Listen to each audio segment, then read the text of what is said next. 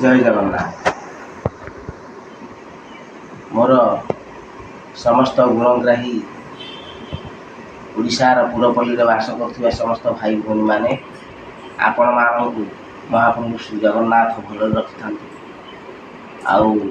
आपण मान मन प्रभु प्रति भक्ति ये भक्ति रूपक अमृत को से वृद्धि कर समस्ते शांति रुहतु। आमर यही भिडियोटी को शेष पर्यंत देखिले तार निष्कर्ष को आपण जापर आपण मान भल पाइबा एमती आम मान प्रति रही था। गोटे कथा हूँ गोटे प्रश्न अच्छी आज देढ़शुर काली से बर पर दिन को हेब दियर। आज देढ़शुर काली से बर पर दिन को हेब दियर। रति अंते बहु शशुरे आशा शाशु देइछंती आशा भरोसा। यही कथा उपरे आमे आलोचना करिबा। यह होछि एक तात्विक प्रसंग। पुनश्च ग्रंथ मानकर जो बाक चातुरी रही प्रवचक मान जो कहते कौन रही तार अर्थ ये भिडियोटी आम निश्चित भाव में पाइपर। जय जगन्नाथ। जय जगन्नाथ। समस्त भाई भौणी मानक और आज सकाल शुभेच्छा। आज जगत गुरु ठाकुर श्री श्री अभिराम परमहंस देवंकर प्रणीत किसी कथा को आलोचना करिया।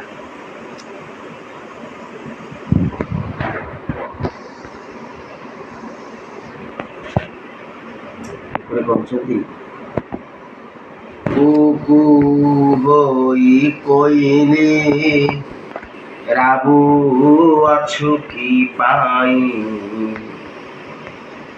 कुकु होई कोइले राबू अछु की पाई। काहू आसी काहू रहिलु ताहा जानु की नाही। एठी कोइली बोली प्रभु जीव को पहुँच कहीं ना बातुल गर्भरे ताकू आनिकी प्रभु जीव आत्मा को प्रभु केमिति आनिकी रखिले। काक बसा हूँ शरीर ये शरीर मध्य कोइली जीव आत्मा स्वरूप रही एवं सी काक बसा को दिन छाड़ी प्रभु को पाखरे अनंत विश्राम को से दिन ना दिन चली जाए। तेणु जेते चेष्टा कले बंधु परिवार जन जेते परिजन अच्छा आत्मीय सोदर यही रखी पारती नहीं। ये समस्ते होती काक परिवार किंतु जीव होती प्रभु स्वरूप। ठाकुर कहते कुकु होई कोइली राबू अछु की पाई। काहू आसी काहू रहिलु ताहा जानु की नाही।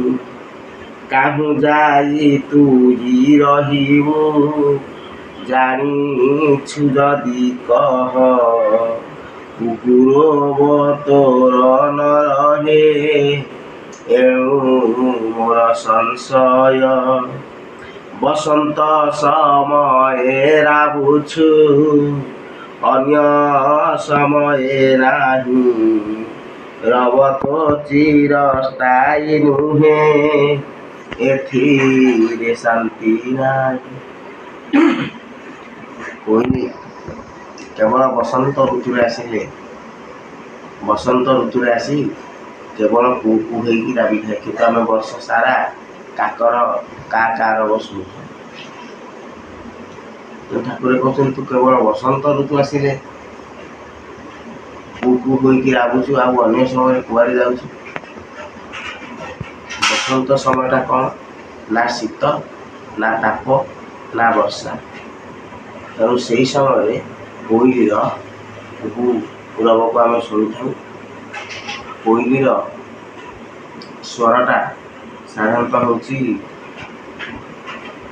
ପଞ୍ଚମ। ଯେଉଁ ଆମର ସରଜ ସ୍ୱର ଅଛି ମୟୂରର, ଏମିତି ସବୁ ଯେଉଁ ଅଛି ଧୈବତ, ସରଜ, ପଞ୍ଚମ। ତେଣୁ କୋଇଲିର ସ୍ୱରଟା ହେଉଛି ପଞ୍ଚମ। ତେଣୁ ଶରୀରରେ ମଧ୍ୟ ଯଦି ଆମେ ଶୀତ ଏବଂ ତାପ ଏବଂ ବର୍ଷାକୁ ନିଶ୍ଚିତ ଭାବରେ ଯଦି ନିୟନ୍ତ୍ରଣ କରିପାରିବା, ତାହେଲେ କାକର ଆକାର ଆମେ ସବୁବେଳେ ଶୁଣୁଛେ କା, ସେ ପ୍ରକୃତରେ କହୁଛି ଗା। ତେଣୁ ଆକାରଟାକୁ ସେ କହୁଛି, କିନ୍ତୁ କୋଇଲି ଉକାରଟାକୁ କହୁଛି। ତେଣୁ ଆକାର ହେଉଛି ମାୟା, ଉକାର ହେଉଛନ୍ତି ଭଗବାନ ବିଷ୍ଣୁ। ତେଣୁକରି ପ୍ରଭୁଙ୍କର ସ୍ୱରଟା ହେଲା ଉକାର।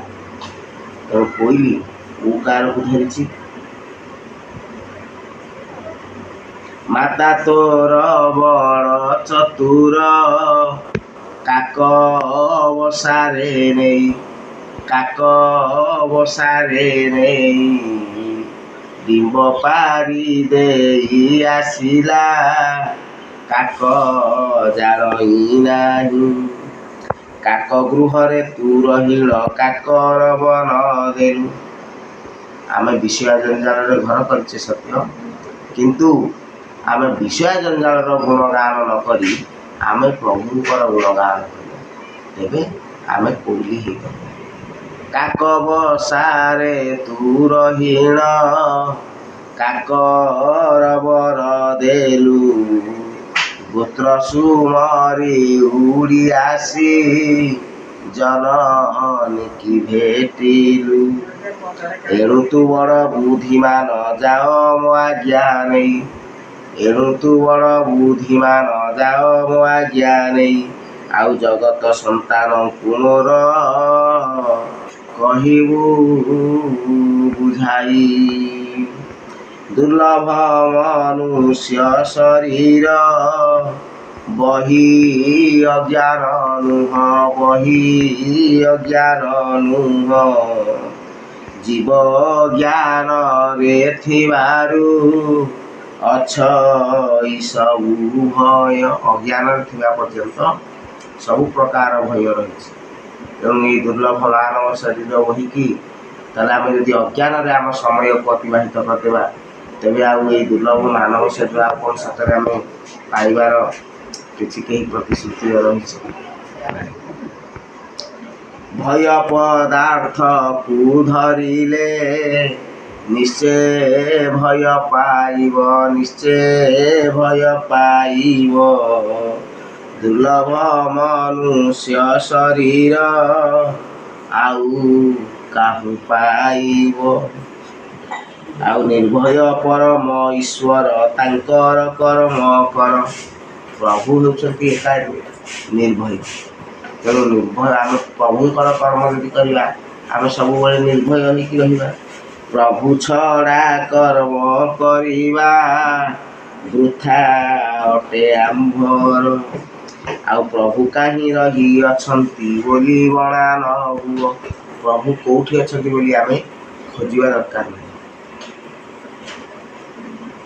ଆମେ କଦାପି ବଣା ହେବା ନାହିଁ।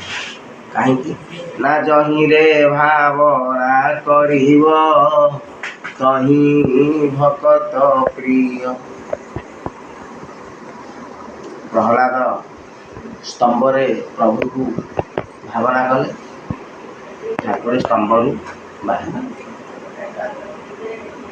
ତେଣୁ ଆମେ ଯେଉଁଠାରେ ଭାବନା କରିବା ଏଇଠି ମୋ ପ୍ରଭୁ ଅଛନ୍ତି, ନିଶ୍ଚିତ ଭାବରେ ପ୍ରଭୁ ସେଇଠୁ ହିଁ ବାହାରିବେ।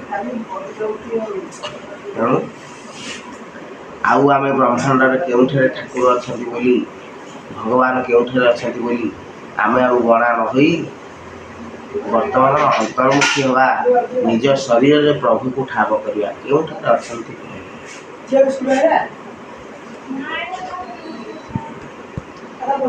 ପ୍ରଭୁ? ଯଦି ଏକରେ ରହିବା ତ କୌଣସି ଖେଳ ହୋଇପାରିବନି। ତେଣୁ ଠାକୁର କ'ଣ କଲେ, ତାଙ୍କ ଶରୀରରୁ ଗୋଟିଏ କଳା ବାହାର କରି ସେ ଯେଉଁ ଅଶୂନ୍ୟ ପରମ ଅଛନ୍ତି ତାଙ୍କଠାରୁ ଗୋଟିଏ କଳା ବାହାର କରିକି ତାର ନାଁ ହେଲା ଜୀବ। ତୁମ୍ଭରି ଅଂଶରୁ ମୋତେ କାଢ଼ିଲ କେଶବ, ବୁଝିଲେ ସେହିଟି ମୁଁ ନାମ ମୋର ଜୀବ। ବୁଝିଲେ ତ ତୁମ୍ଭେ ମଧ୍ୟ ରହିଛ ଏ ଘରେ, ମୁଁ ଅଧରେ ତୁମ୍ଭେ ନାଥ ରହିଛ ଉଦ୍ଧାରେ। ତେଣୁ ଜୀବକୁ ସମସ୍ତ କର୍ମର ଭାର ଦେଇ ପ୍ରଭୁ ନିଷ୍କାମରେ ଅଛନ୍ତି। ତ ପ୍ରଭୁ କହିଲେ ଆଉ ରେ ଜୀବ, ମୁଁ ତ ଏକା ଥିଲି, ବର୍ତ୍ତମାନ ତୁ ଆସିଲୁ, ଆମେ ଗୋଟେ ସଂସାର ରୂପକ ଗୋଟେ ଖେଳ ଖେଳିବା। ଶ୍ରୀକୃଷ୍ଣକୁ ଯିବା, ଖେଳିକି ଆସିବା। କହିଲେ ହଉ ପ୍ରଭୁ ଚାଲ। ତାପରେ ଆସିଲା ପରେ ଜୀବ ପଇଲା ଭିତରେ ମାତୃଗର୍ଭରେ, ଜୀବ ପଇଲା ମାତୃଗର୍ଭରେ, ଠାକୁର ଆସି ଶୂନ୍ୟରୁ ଖସିଗଲା, ଜୀବ ପଇଲା ମାତୃଗର୍ଭରେ, ଠାକୁର ପଇଲେ ବାହାରେ।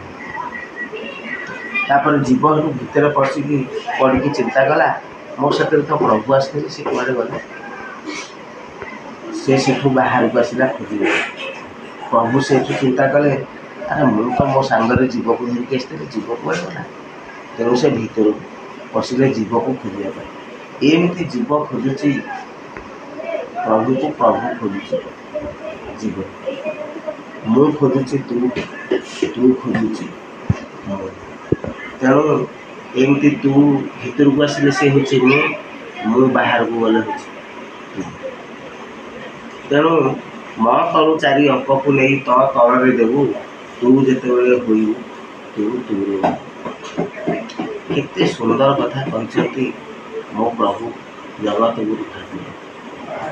ମହାପୁରୁଷ ଅଚ୍ୟୁତଙ୍କର ଭବିଷ୍ୟବାଣୀ ଯେ ଏମିତି ଭୂଇଁପଡ଼ାରେ କରମଳାରେ ସତ୍ୟ ହେବ ବୋଲି ସେ ଯେଉଁ ଅମୃତ ବାରି ସିଞ୍ଚନ କରିଯାଇଛନ୍ତି ତାଙ୍କ ଲେଖାଗୁଡ଼ିକ ମାଧ୍ୟମରେ। ତେଣୁ ବାସ୍ତବରେ ସେ ହେଉଛନ୍ତି ଠାକୁର ପଦବାଚୀ। ତେଣୁ ଅନେକ ଗୁରୁ ଜ୍ଞାନୀ କବି ପଣ୍ଡିତ ସମସ୍ତେ ଯିଏ ବି ଠାକୁରଙ୍କୁ ଦେଖିଲେ ନତମସ୍ତକ ହେଇଯିବା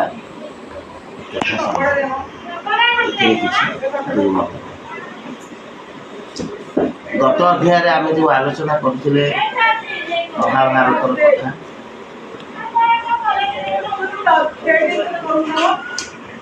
ଯେଉଁ ମହାଭାରତର କଥାକୁ ଆମେ ଆଲୋଚନା କରୁଥିଲେ, ତିନୋଟି ହେଉଛନ୍ତି ମୁଖ୍ୟ ପ୍ରସଙ୍ଗ, ଭୀଷ୍ମ, ଦ୍ରୋଣ ଏବଂ କର୍ଣ୍ଣ। ଏଭଳିଆ ମହାଯୋଦ୍ଧା ମାନେ ଥିଲେ କୌରବମାନଙ୍କ ପକ୍ଷରେ। ଅପରାଜେୟ ହେଉଛନ୍ତି ଭୀଷ୍ମ, ମହାମହିମ ଅପରାଜେୟ ଭୀଷ୍ମ, ତାଙ୍କୁ ପରାଜୟ କରିପାରିବେ ନାହିଁ। ଅପରାଜେୟ ଭୀଷ୍ମ, ମହାମହିମ, ଇଚ୍ଛା ମୃତ୍ୟୁ ପ୍ରାପ୍ତ, ତାଙ୍କର ବିନାଶ ହେଇପାରିବ ନାହିଁ। ଗୁରୁ ଦ୍ରୋଣ, ତାଙ୍କ ହାତରେ ତାଙ୍କ ଧନୁ ଥିବା ପର୍ଯ୍ୟନ୍ତ ତାଙ୍କୁ ଆଉ ଏଇ ବିଶ୍ୱ ସେ ମହାଦେବଙ୍କ ସାଥିରେ ସରାହା, ତାଙ୍କ ହାତରେ ଧନୁ ଥିବା ପର୍ଯ୍ୟନ୍ତ କେହି ବି ତାଙ୍କୁ ପରାଜୟ କରିପାରିବେ। ଆଉ କର୍ଣ୍ଣ, ବିଜୟ ଧନୁଷ ଥିବା ପର୍ଯ୍ୟନ୍ତ ତାଙ୍କୁ ମଧ୍ୟ କେହି ପରାସ୍ତ କରିପାରିବେ ନାହିଁ। କିନ୍ତୁ ଏସବୁ ସମ୍ଭବ ହେଲା କେମିତି? ଯତୋ ଧର୍ମଃ ତତୋ କୃଷ୍ଣଃ, ଯତୋ କୃଷ୍ଣଃ ততো জয়ঃ, যতো কৃষ্ণঃ ততো জয়ঃ। ଯେଉଁଠାରେ ଧର୍ମ ଅଛି ସେଇଠି ପ୍ରଭୁ ଶ୍ରୀକୃଷ୍ଣ ଅଛନ୍ତି। ଯେଉଁଠାରେ ଶ୍ରୀକୃଷ୍ଣ ଅଛନ୍ତି ନିଶ୍ଚିତ ଜୟ ଅଛି। ସେଇ ପକ୍ଷ ହିଁ ଜୟ ଲାଭ କରିବ। ଏହା ହେଉଛି ସତ୍ୟ ସତ୍ୟ ସତ୍ୟ। ତେଣୁ ପାଣ୍ଡବଙ୍କୁ କାହିଁକି ପ୍ରଭୁ 5 ସଂଖ୍ୟାଟାକୁ କାହିଁକି ଏତେ ଭଲ ପାଆନ୍ତି? ନା ପଞ୍ଚମହାଭୂତ, 5 ମନ, 5 ତତ୍ଵ, ତେଣୁ 5 ଯୁଗ, 5 ତନ୍ମାତ୍ରା। ତେଣୁ 5ର ବହୁତ ମହତ୍ଵ ରହିଛି। ତେଣୁ ପ୍ରଭୁ 5 ସଂଖ୍ୟାଟାକୁ ଭଲ ପାଇଲେ କିନ୍ତୁ 100ଟାକୁ ଭଲ ପାଇଲେ ନାହିଁ। କୌରବ ପକ୍ଷରେ ଅଛନ୍ତି 100 ଭାଇ କିନ୍ତୁ ପାଣ୍ଡବମାନଙ୍କ ପକ୍ଷରେ ଅଛନ୍ତି 5 ଭାଇ। ତାକୁ ସିଏ ବହୁତ ଭଲ ପାଉଥିଲେ। କାହିଁକି ନା ପାଣ୍ଡବମାନେ ପ୍ରଭୁକୁ ଧରିଥିଲେ, କୌରବମାନେ ତାକୁ ଦେଖିଲେ ମଧ୍ୟ ଦେଖିବା ଆଉ ଦର୍ଶନ କରିବା ଭିତରେ ବହୁତ ପାର୍ଥକ୍ୟ। କାହିଁକି ନା ପାଣ୍ଡବମାନେ ଭଗବାନ ଶ୍ରୀକୃଷ୍ଣଙ୍କର ପିଇସି ପୁଅ ଭାଇ ହେଲେ ମଧ୍ୟ ସେ ଭଗବାନ କୃଷ୍ଣଙ୍କୁ ଚିହ୍ନିଥିଲେ। ସେ ଆମ ଭାଇ ହେଲେ କ'ଣ ହେବ, ସେ ହେଉଛନ୍ତି ଠାକୁର। ପ୍ରଭୁ ଗୋଲୋକ ବିହାରୀ ନରନାରାୟଣ ସ୍ୱରୂପରେ ଜନ୍ମଲାଭ କରିଛନ୍ତି ଆମର ଭାଇ ହେବେ। କିନ୍ତୁ କୌରବମାନେ ସେ ମଧ୍ୟ ତାଙ୍କର ସେଇ ଭାଇ ହେବେ ଏବଂ ବିଭିନ୍ନ ପ୍ରକାର ବିବାହ ବନ୍ଧନରେ ବାନ୍ଧି ବାନ୍ଧବ ହେଲେ ମଧ୍ୟ ବନ୍ଧୁ ହେଲେ ମଧ୍ୟ ସେ ତାଙ୍କୁ ଭାବୁଥିଲେ ଜଣେ ଶକ୍ତିଶାଳୀ ମଣିଷ, ଯାହାଙ୍କର ଗୋଟାଏ ବିଶାଳ ସୈନ୍ୟବାହିନୀ ଅଛି, ନାରାୟଣୀ ସେନା, ଆଉ କିଛି ହଟ ଚମଟ ବିଦ୍ୟା ଶିଖିକି କୃଷ୍ଣ ଗୋଟାଏ ହଟ ଚମଟ ବିଦ୍ୟା ଶିଖିକି ସେ ଟିକେ ପାୱାରଫୁଲ୍ ତନ୍ତ୍ର ମନ୍ତ୍ର ଶିଖିକି ଟିକେ ପାୱାରଫୁଲ୍ ମଣିଷ ଜଣେ। କିନ୍ତୁ ସେ ଜାଣିନଥିଲେ ସେ ହେଉଛନ୍ତି ସର୍ବଶକ୍ତିମାନ, ମାନେ ସମୟକୁ ମଧ୍ୟ ନିଜ ହାତରେ ରଖିପାରନ୍ତି। ମହାକାଳ ହେଉଛନ୍ତି ଭଗବାନ ଶ୍ରୀକୃଷ୍ଣ। ତେଣୁ ସେ ଯେତେବେଳେ ବିଶ୍ୱରୂପ ଦେଖେଇଥିଲେ ସେତେବେଳେ ଅର୍ଜୁନ ଦେଖୁଥିଲେ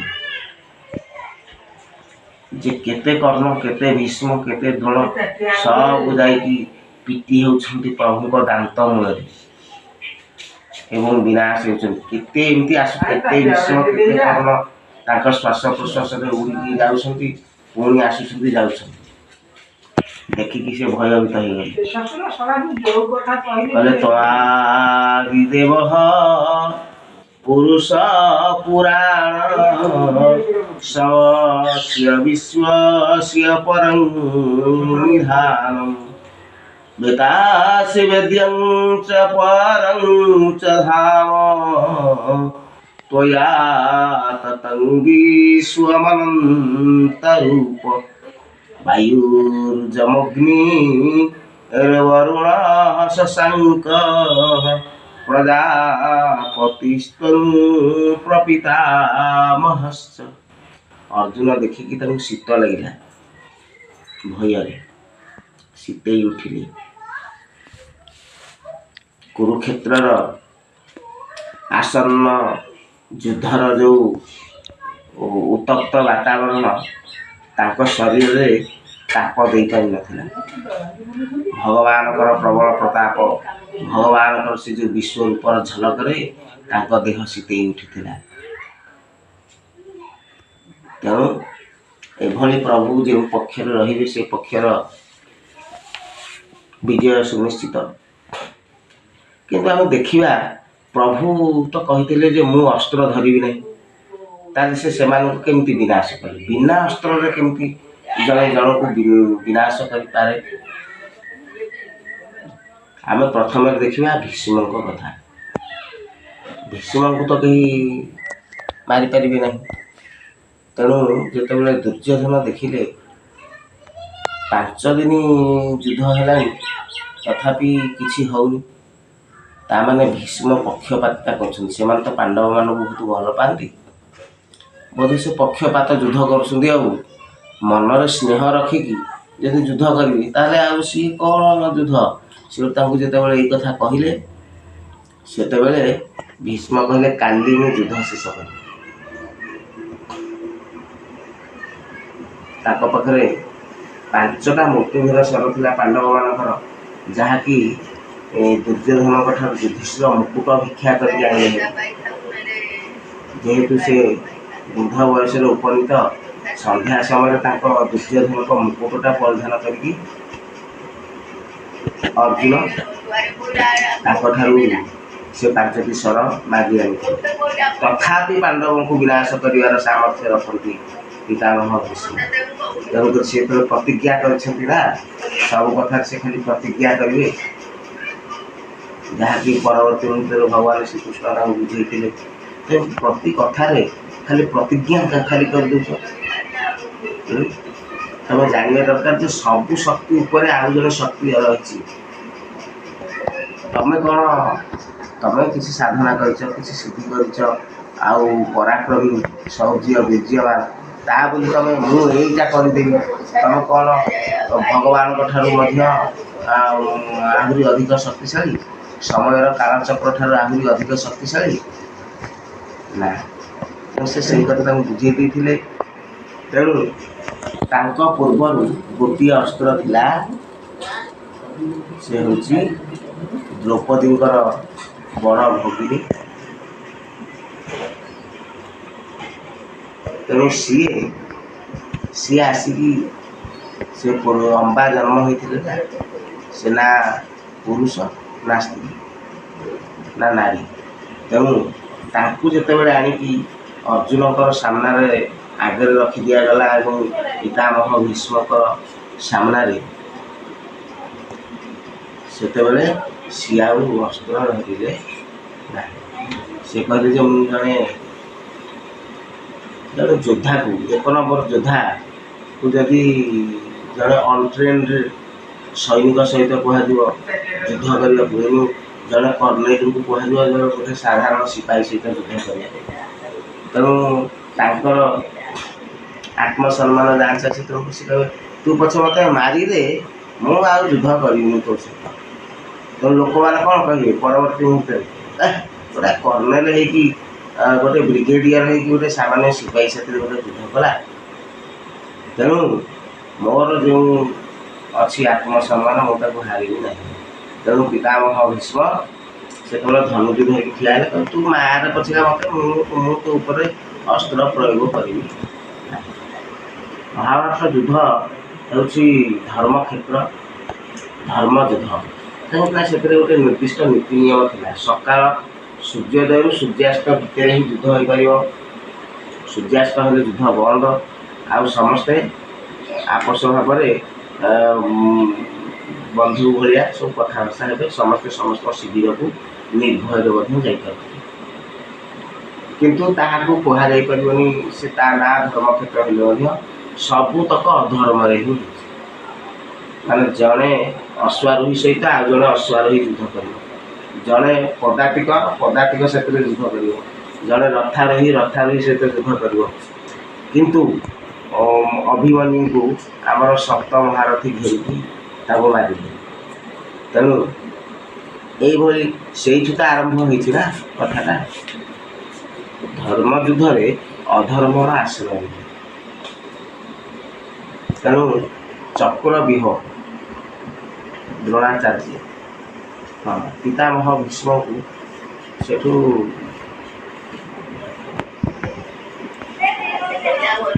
आढ़ुआ रही अर्जुन तार शरयुद्ध कले एवं तांकर जो स्वप्न थिला जे युधिष्ठिर धर्म जड़े धर्म को पालन करुवा जड़े राजा हस्तिनापुर सिंहासन न बसिया पर्यंत से मृत्युवरण करेंगे ना।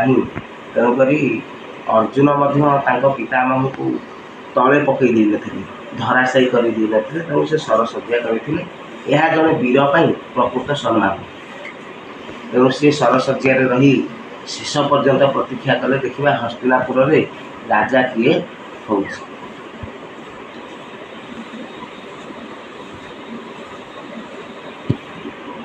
तापरे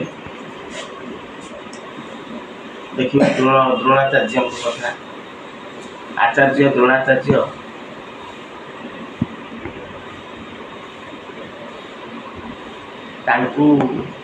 जी विनाश करेंगे से जानी द्रौपदी भाई धृष्टद्युम्न जामला भाई भगिनी अग्नि जन्म धृष्टद्युम्न से केवल द्रोण को मारिबा से जन्म होता। जन्म द्रोणकर विनाश केमती मारे हाथ में धनु थी पर्यंत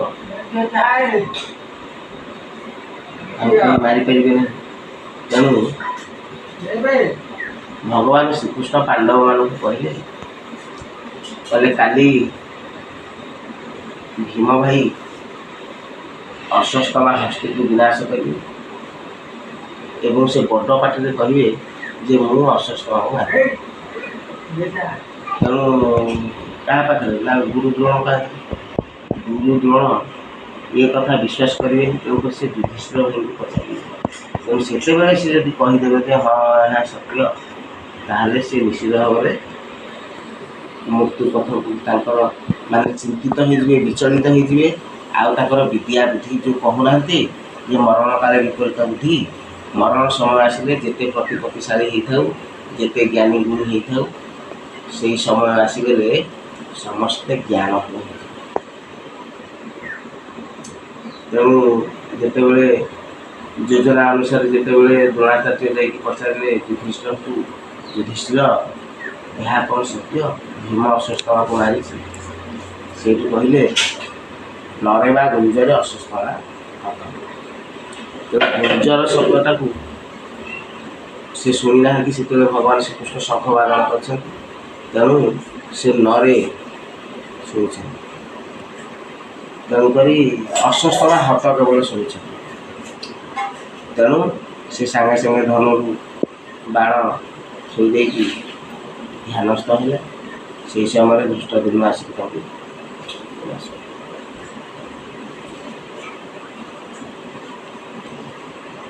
ତା ପୂର୍ବରୁ ମାନେ ଅଭିମନ୍ୟୁଙ୍କର ମୃତ୍ୟୁ ପରେ, ଅଭିମନ୍ୟୁଙ୍କର ବଳିଦାନ ପରେ ଅର୍ଜୁନ ଆସିକି ପ୍ରତିଜ୍ଞା କଲେ ଯେ କାହା ଚକ୍ର ବିହୁଟା କ'ଣ ଚକ୍ର ଆକାରରେ ହେଇଛି। କୌରବମାନଙ୍କର ଦୁଃଶୀଳାର ପତି ଜୟଦ୍ରଥ, ଜୟଦ୍ରଥ କ'ଣ କରିଛି? ସେ ଜଗିଛି। ସିଏ ଭଗବାନ ଶିବଙ୍କଠୁ ବର ପାଇଛି ଯେ ଅର୍ଜୁନ ବ୍ୟତୀତ ସେ ଆଉ ସମସ୍ତଙ୍କୁ ପରାସ୍ତ କରିପାରିବ। ତେଣୁ ଭୀମ ତାର କିଛି କରିପାରିବ, ସେ ସମସ୍ତଙ୍କୁ ବାଟ ମଧ୍ୟରେ ଜଗିଥିଲେ। ତେଣୁ କେହି ଆଉ ଚକ୍ରବ୍ୟୂହ ଭିତରେ ପ୍ରବେଶ କରିପାରିଲେ ନାହିଁ, ଯାହାଫଳରେ ସେ ମରିଗଲେ। ତେଣୁ ଅର୍ଜୁନ କ'ଣ କଲେ?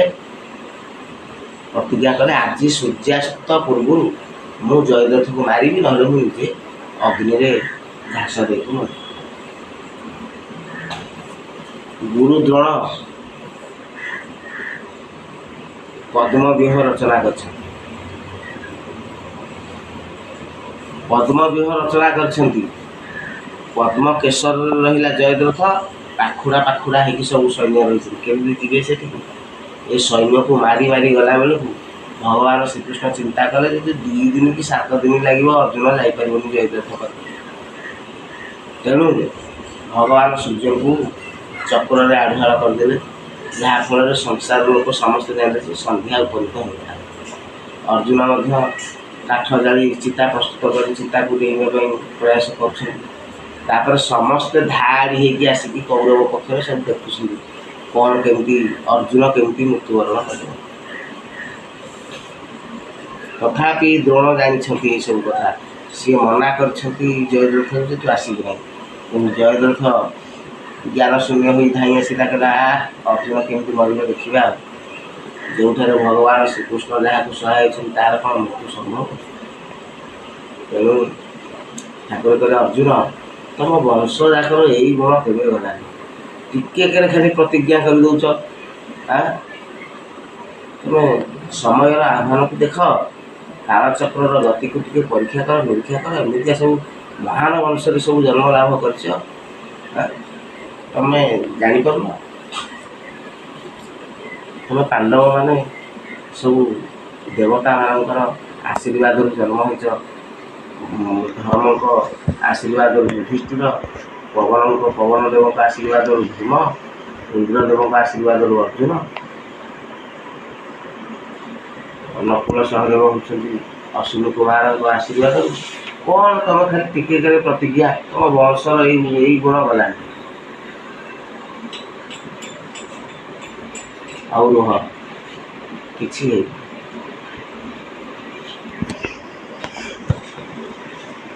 ସାଙ୍ଗେ ସାଙ୍ଗେ ସୁଦର୍ଶନ ଚକ୍ରକୁ ଆଢୁଆଳରୁ ଅନ୍ତରାଳରୁ ନେଇଯିବା ପରେ ଦିବ୍ୟ ପ୍ରକାଶ ଅର୍ଜୁନ ସାଙ୍ଗେ ସାଙ୍ଗେ ଗାଣ୍ଡୀବ ଧନକୁ ଧରିକି ଗୋଟିଏ ତୀର ମାରିଲେ ଏକା ଥରକେ। ଆହୁରି 2 ଘଡ଼ି ଥିଲା ଦିବସ। ଗୋଟିଏ ତୀରରେ ତା ମୁଣ୍ଡକୁ ନେଇକି ତା ବାପା ସେତେବେଳକୁ ସନ୍ଧ୍ୟା ହେଇଗଲା ବୋଲି ପାଣି ତର୍ପଣ କରୁଥିଲେ, ତାଙ୍କ ହାତରେ ପଡ଼ିଲା। ତାଙ୍କ ବାପାର ମୃତ୍ୟୁ ହେଲା, ଜୟଦ୍ରଥଙ୍କର ମଧ୍ୟ ମୃତ୍ୟୁ ହେଲା। ତାପରେ କର୍ଣ୍ଣ କର୍ଣ୍ଣ ମଧ୍ୟ ଏତେ ଶକ୍ତିଶାଳୀ ହେଇଥିଲେ ମଧ୍ୟ ପୂର୍ବରୁ ତାଙ୍କର ଯେଉଁ ରହିଛି ଅଭିଶାପ, ଏକ ଅଭିଶପ୍ତ ଯୁଗ। ତାଙ୍କର ଅଭିଶାପ ଆମର ଜନ୍ମଦାତକରେ ଗୋଟେ ଯୋଗ ଥାଏ, ବିପରୀତ ରାଜଯୋଗ। ବିପରୀତ ରାଜଯୋଗ ଥିଲେ ତ ଜଣେ ରାଜା ହେଇଯିବ। ବିପରୀତ ରାଜଯୋଗ ମାନେ କ'ଣ? ମାନେ ବହୁତ ଗୁଡ଼ାଏ ବାଧା ବିଘ୍ନ ତାକୁ ଘେରି ଆସିବ, କିନ୍ତୁ ତା ଭିତରୁ ସିଏ ବାଧା ବିଘ୍ନକୁ ଭ୍ରୂକ୍ଷେପ ନ କରି ସେ ବାଧା ବିଘ୍ନ ତାକୁ ଆସୁଥବ, ତଥାପି ସିଏ ତାର ନିଜର ପରାକାଷ୍ଠା ଦେଖେଇ ପାରୁଥିବ। ବିପରୀତ ରାଜଯୋଗ ସେ ସଂଘର୍ଷମୟ ଜୀବନଟା। ତେଣୁ ଯେଉଁ ଋଷିଙ୍କର ଅଭିଶାପ ହେତୁ ତାଙ୍କ ରଥର ଗୋଟେ ଚକ ମାଟିରେ ପଶିଗଲେ, ଦବିଗଲା। ସେ ତାଙ୍କର ଚକଟାକୁ ଉଠେଇବା ପୂର୍ବରୁ ଭଗବାନଙ୍କ ଶ୍ରୀକୃଷ୍ଣଙ୍କ ଦ୍ୱାରା ନିର୍ଦ୍ଦେଶିତ ହୋଇ ଅର୍ଜୁନ ତାଙ୍କର ପକ୍ଷ ବିଧ କରିଥିଲେ।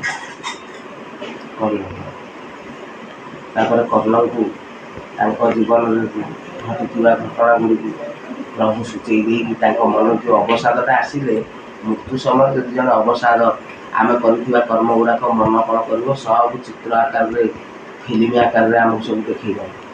ତେଣୁକରି ଆମେ ଜାଣିପାରିବା ଆମର କେଉଁଠି ଭୁଲ ରହିଛି ବୋଲି। ତେଣୁ ପ୍ରଭୁ ସେମିତି ତାଙ୍କୁ ତାଙ୍କର ଜୀବନକୁ ପୁରା ତର୍ଜମା କରିକି ତାଙ୍କୁ କହିଲେ। ତାପରେ ସେ ଶାନ୍ତିରେ ମୃତ୍ୟୁବରଣ କଲେ। ମହାଭାରତରେ ଆମେ ଆଉ ଗୋଟେ କଥା ଦେଖିବା, ମହାନ ଶିବ ଭକ୍ତିରେ ଗାନ୍ଧାରୀ 100 ପୁଅର ସେ କେମିତି ଜନନୀ କେମିତି ହେଲା? ନା କ'ଣ ସମ୍ଭବ? ଜଣେ ଗୋଟିଏ ମଣିଷ ପିଲା ଜନ୍ମ ହେବାକୁ ବର୍ଷେ ଟାଇମ୍ ଲାଗିଲେ, ସିଏ 100 ବର୍ଷ ପର୍ଯ୍ୟନ୍ତ ଖାଲି ବର୍ଷକୁ ଗୋଟିଏ ଲେଖେ ପୁଅ ଜନ୍ମ କରିବେ? ତେଣୁ ଭଗବାନ ଶିବଙ୍କର ବର କେବେ ନିଷ୍ଫଳ ଯାଏ ନାହିଁ। ତ ସିଏ ଗୋଟିଏ ଭ୍ରୂଣଟିଏ ଜନ୍ମ କଲେ। ସମସ୍ତେ ଆଶ୍ଚର୍ଯ୍ୟ କହିଲେ ବୋଧେ ଗର୍ଭପାତ ହେଇଯାଇଛି। କିନ୍ତୁ ସେହି ସମୟରେ ଭଗବାନ ବି ଆସିଥିଲେ। ତେଣୁ ସିଏ ଆସିଲେ ଖବର ପାଇକି ଏବଂ ତାଙ୍କୁ 100 ଭାଗ କଲେ। 100 ଭାଗ କଲା ପରେ ତାଙ୍କୁ ଗୋଟିଏ ଗୋଟିଏ ଗୋଲକରେ ରଖାଗଲା। ସେ ତାରି ଭିତରେ ବିକଶିତ ହୋଇ ଗୋଟିଏ ସେକେଣ୍ଡ ବ୍ୟବଧାନରେ 100ଟି ଯାକ ସେ ଗୋଲକ ଫାଟିକି ସେ 100ଟି ଯାକ ପୁତ୍ର ଏକ ସମୟରେ ଜନ୍ମ ହୋଇଥିଲେ। ତାପରେ ମଧ୍ୟ ଭଗବାନ ବ୍ୟାସ ଜାଣିପାରିଲେ ଯେ ଏ ସବୁ ବିନାଶ ହେବ। ତାଙ୍କ ଯେଉଁ ଜନ୍ମ ନକ୍ଷତ୍ର ସବୁ ଦେଖିକି ସବୁ ଜ୍ଞାନର ସ୍ରୋତ ହେଉଛନ୍ତି ଭଗବାନ ବ୍ୟାସ। ତେଣୁ ସେ ତାଙ୍କୁ ଦୁର୍ବାସାଙ୍କ ଦ୍ୱାରା ପ୍ରଦତ୍ତ ଗୋଟେ ମନ୍ତ୍ର ତାଙ୍କୁ ଦେଲେ। ତାଙ୍କର ଆଉ ଗୋଟିଏ ପୁଅ, ଏହା ସାରଳା ମହାଭାରତରେ ଅଛି। ଆଉ ଗୋଟିଏ ପୁଅ ଏବଂ ଆଉ ଗୋଟିଏ ଝିଅ ଜନ୍ମ ହେଲା। ସେ 10 ଅକ୍ଷର ସମସ୍ତଙ୍କ ନାଁ। ପୁଅ ନାଁ ହେଉଛି ଭୀମକିଶନ, ଆଉ ଝିଅଟି ନାଁ ହେଉଛି ଦୁଶୀଳା। ତେଣୁ 101 ପୁଅ ଆଉ ଗୋଟିଏ ଝିଅ।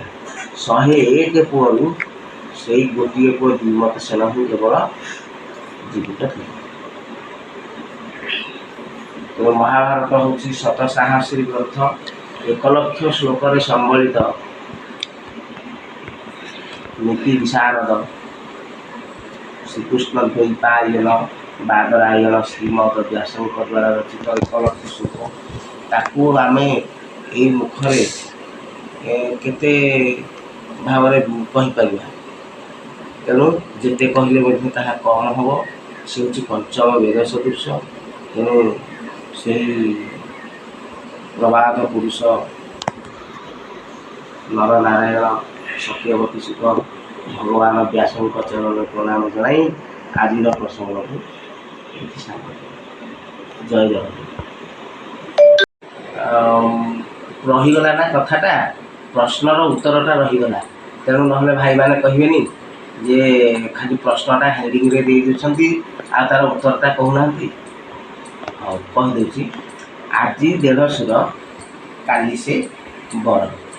ଦେଢ଼ଶୁର ମାନେ କ'ଣ? ଦ୍ରୌପଦୀଙ୍କୁ ଯେଉଁ ବିବାହ କରିଥିଲେ ପାଣ୍ଡବ, ତ ସେ ମନେକର ଅର୍ଜୁନଙ୍କ ସହିତ ଆଜି ଅଛନ୍ତି, କାଲି ପଡ଼ିବ ଭୀମଙ୍କ ପାଳି। ତେଣୁ ଆଜି ଭୀମ ହେଉଛନ୍ତି ତାଙ୍କର କ'ଣ? ଦେଢ଼ଶୁର। ଆଜି ଅର୍ଜୁନଙ୍କର ସେ ପତ୍ନୀ ହେଲେ ଭୀମ ହେଉଛନ୍ତି ତାଙ୍କର କ'ଣ ଦେଢ଼ଶୁର। ତେଣୁକରି ସେ କହିଲେ ଆଜି ଦେଢ଼ଶୁର କାଲି ସେ ବର। ଆଜି ଭୀମ ହେଉଛନ୍ତି ତାଙ୍କର ଦେଢ଼ଶୁର, କାଲି ସିଏ ହେବେ ତାଙ୍କର ବର। ପର ଦିନକୁ ହେବ ଦିଅର। ତେଣୁ ପର ଦିନକୁ ଯୁଧିଷ୍ଠିରଙ୍କର ପାଳି ପଡ଼ିଯିବ। ତେଣୁକରି ଭୀମ ହେଇଯିବ ତାଙ୍କର କ'ଣ ଦିଅର ହେଇଯିବ। ବୁଝିପାରୁଛନ୍ତି ତ? ମାନେ ଆଜି ଅର୍ଜୁନଙ୍କ ପାଖରେ ଅଛନ୍ତି, ଅର୍ଜୁନ ପାଖରେ ରହିଲେ ଭୀମ ହେଇଯିବେ ତାଙ୍କର କ'ଣ ଦେଢ଼ଶୁର। ଆଜି ଦେଢ଼ଶୁର ହେଉଛନ୍ତି ଭୀମ, କାଲି ସେ ହେଇଯିବେ ସ୍ୱାମୀ ଭୀମ। ପରଦିନକୁ ଯୁଧିଷ୍ଠିରଙ୍କ ପାଖକୁ ସେ ଗଲା ପରେ ଭୀମ ହେଇଯିବେ ତାଙ୍କର ଦିଅର। ରତି ଅନ୍ତେ ଇଚ୍ଛା ଶ୍ୱଶୁରେ ଆଶା। ମାନେ ରତି ଅନ୍ତରେ ଯେତେ ରତି କଲେ ମଧ୍ୟ ତାଙ୍କର କର୍ଣ୍ଣଙ୍କ ପ୍ରତି ଦୁର୍ବଳତା ଟିକେ ଥିଲା। ତେଣୁକରି ବଡ଼ ଭାଇ ହେଉଛନ୍ତି ଶ୍ୱଶୁର ସହିତ ସମାନ, ସବୁଠାରୁ ବଡ଼ ହେଉଛନ୍ତି କର୍ଣ୍ଣ। ତେଣୁକରି ଶ୍ୱଶୁରେ ଆଶା, ଆଉ ଶାଶୁ ଦେଇଛନ୍ତି ଆଶା ଭରସା। ମାନେ ଶାଶୁ ତାଙ୍କୁ କହିଦେଇଛନ୍ତି ଯେ ପୁଅ ଆଉ ତମେ ସମସ୍ତେ ମିଳିମିଶିକି ବାଟିକି ଯାହା ଆଣିଛ ତୁମେ ଖାଅ, ତାହା କହୁଛି